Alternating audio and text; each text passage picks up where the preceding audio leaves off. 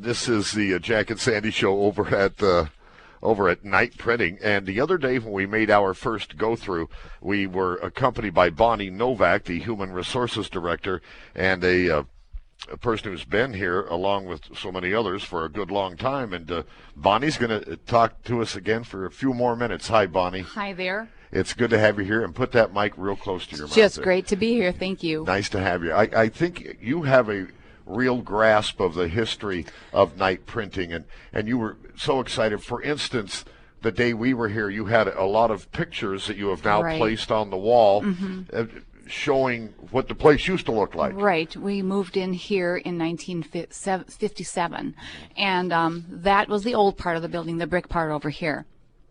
Well, that area is still being used today, still in the bindery area, so our machines are filling the same spaces that were being filled back then. We have a photograph in each area, so you can look at how it looked back then and just turn your eyes a little bit and see how it looks right now. We have a vast number of photographs that we've had collected over the years. I was just lucky to have the privilege to go through them and keep them in order, and it's just fascinating. You've arranged those pictures in the location where they were originally placed in the building, too. Yes, yes. And by the way, I can't help but notice that this building has changed a great deal certainly since the beginning. Boy, this is a marvelous facility. It has, yes. You know, when they first moved in 1957, they just occupied the brick area. It was offices and shop. But soon after that, they realized they needed more space. That's when the offices were built. That was in 1990. So this whole complex that you see here was added in 1990 for more space. And then in 1999, we acquired a larger press, and we had to build this section out here. So there have been 2 additions on the building since we came. One of our guests earlier today here at Night Printing said that we have work going out all over the world. We do. We have local companies who need printing and shipping. We have a fulfillment service, so when we print large quantities and store them for customers, all they have to do is call us up and have us ship them to various locations literally all over the world every day. And another thing that someone said to us in our tour, he pointed to a pallet or something, and he says, there's 5 million of those. They're going to be shipped. I don't know what they were. There was 5 million of something. Yes. You know, we put those large orders on our conventional printing press, the man rollin', and we have large stacks of paper, skid after skid after skid, and then of course those move into the bindery. They're trimmed down. Sometimes they're folded. Sometimes they go right into mailing.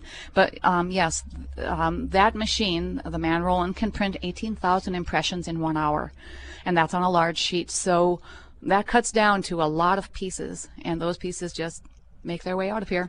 You've been at Night Printing for 16 years. Correct. We've decided, and you really took to it. And you also, as I said in the introduction, kind of have a grasp of the history of this place. And so I would imagine, and I know you can't reach back 125 years, but you have gone through the archives. I have. There must be some of the original work ethic of that Mr. Knight still in the halls of this building. I think so. You know, there's a lot of pride in what we do here. There's a lot of longevity. And Night Printing began when North Dakota wasn't even a state yet. It was still a territory. And things had progressed over the years, and that work ethic has never changed. What are some of the I'll give you a suggested answer. I was going to say, what are some of the challenges that you face at Night Printing? And I would say one of them has to be paper. It must be a real task to get enough paper to do what you need to do. We order paper every day, and the only thing that we find having a problem with paper is temperature. Now that the colder weather is coming, large skids of paper will come in on trucks. That paper has to come into the shop and acclimate to the temperature of indoors before we can put it on a press. So, you know, I'm sure a lot of people don't really realize the ins and outs of making it happen. Well, you're right. I just learned something. I also, on that tour we took, by the way, we're talking with Bonnie Novak, who's the Human Resources Director, 16 years here at Night Printing. On that tour we took, I asked what that steam was coming out of one device. And Yes. it's very important that certain Yes, it levels is. of temperature and humidity be Yes, maintained. that's our digital press, and that has to have climate control. It's enclosed, and the paper comes in, and that paper becomes acclimated as well to the temperature and the humidity, and then it runs through the press, and it has to be at that humidity and that temperature to make sure that the toner adheres properly to the paper. And it is almost surgical in its sanitation, and that dust from the outside rooms can't get into that digital printer. Exactly. And it's fascinating. Yes, and so we seal it off like that, and it's right next door to the large conventional press. You know, Bonnie, we know what a great job you do. We know what great people you have here, but you survived in a business for 125 years. Not just survived, but have grown and thrived and become such a great part of this community. What's the secret? You have to roll with the punches. Times have changed so much. I think if the people who started night printing in 1888 could see what we have today and how we're printing, they would be astounded. It would be beyond their wildest dreams. They used to have wood blocks that had letters carved in them, and those wood blocks would be set into a form, and they would literally spell out the words that they needed. Those letters would be raised up and inked, and then a piece of paper would be put over it and a press over it, hence the word press. And that's how printing began. Well, then soon there was a motor on it, and then soon instead of wood blocks they were metal blocks. And you talk about changing a font. Well, you only had so many fonts because you had to have physical letters for every letter of the alphabet to set those into the type. After that, there was linotype. After that, we did things like paste up. And in paste up, you would take a camera and shoot the image that you had pasted onto paper and create a negative. The negative would create a plate. Today, it goes direct from computer to plate. And the fonts are unlimited. The earliest printers would run screaming from this kind of magic. They would say, "What is this?" Yeah. Really. And you actually had a career as a teacher. I did. What yes. makes this what makes this different and exciting for you? Because you are really a passionate person about this business and this company. I am. And how I got into printing was just through art. And once I got into printing, well, they say you get ink in your blood. And you really do. There's something about printing. It's something not everyone can do. You get to see a project that comes in electronically. You get to see it go through all of the proofing stages.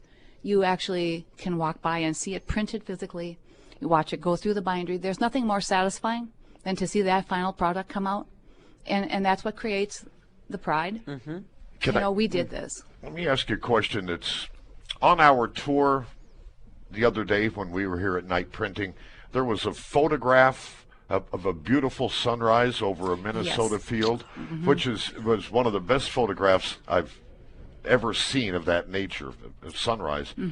Or was it a sunset? I think it was a sunrise. Yeah. Who was that photographer? That is Chuck Dalby. He is our color manager and our color corrector. He takes all photographs that come in and go into anything that we print and keeps the color correct, and sometimes folks will get us a photograph that has a little bit too much red in the faces, and he can correct all of that and make it look just great. Well, I was very impressed with his that work. Photograph was just beautiful, and his photos are high res. We can blow them up as big as we want to, and he took every single photo in our current calendar coming out for 2014. Wow. This calendar too is you can pick up one up here, and it is marvelous. Relatively little pieces of architectural wonder from throughout our community. It is exactly, and it's not like a whole building. It's a little corner. Yeah, it kind of creates some curiosity, and then you say, well, where is that building? And I've been driving by that building for 10 years, and I never noticed that detail. Well, Bonnie Novak, the other day when we met you, Sandy and I decided, well, Bonnie might have been the quietest and most shy one, but she is a conversationalist and knows the history. So thank you for taking time. Thank you. It's been a pleasure. And you did a great job. Yeah. You were so nervous, and I was. you were natural. You make it easy for me. Except for the waving the microphone around every I do. So You talk with your hands, don't you? I do. Yeah. I'm Italian. We were trying. There's a lot of Italians up there by the Iron Range, Yes, huh? there is. Yes. Thank you, Bonnie. A pleasure Thank to you. know you. I hope we see you again a lot. Yes, Thank you thank so much. you.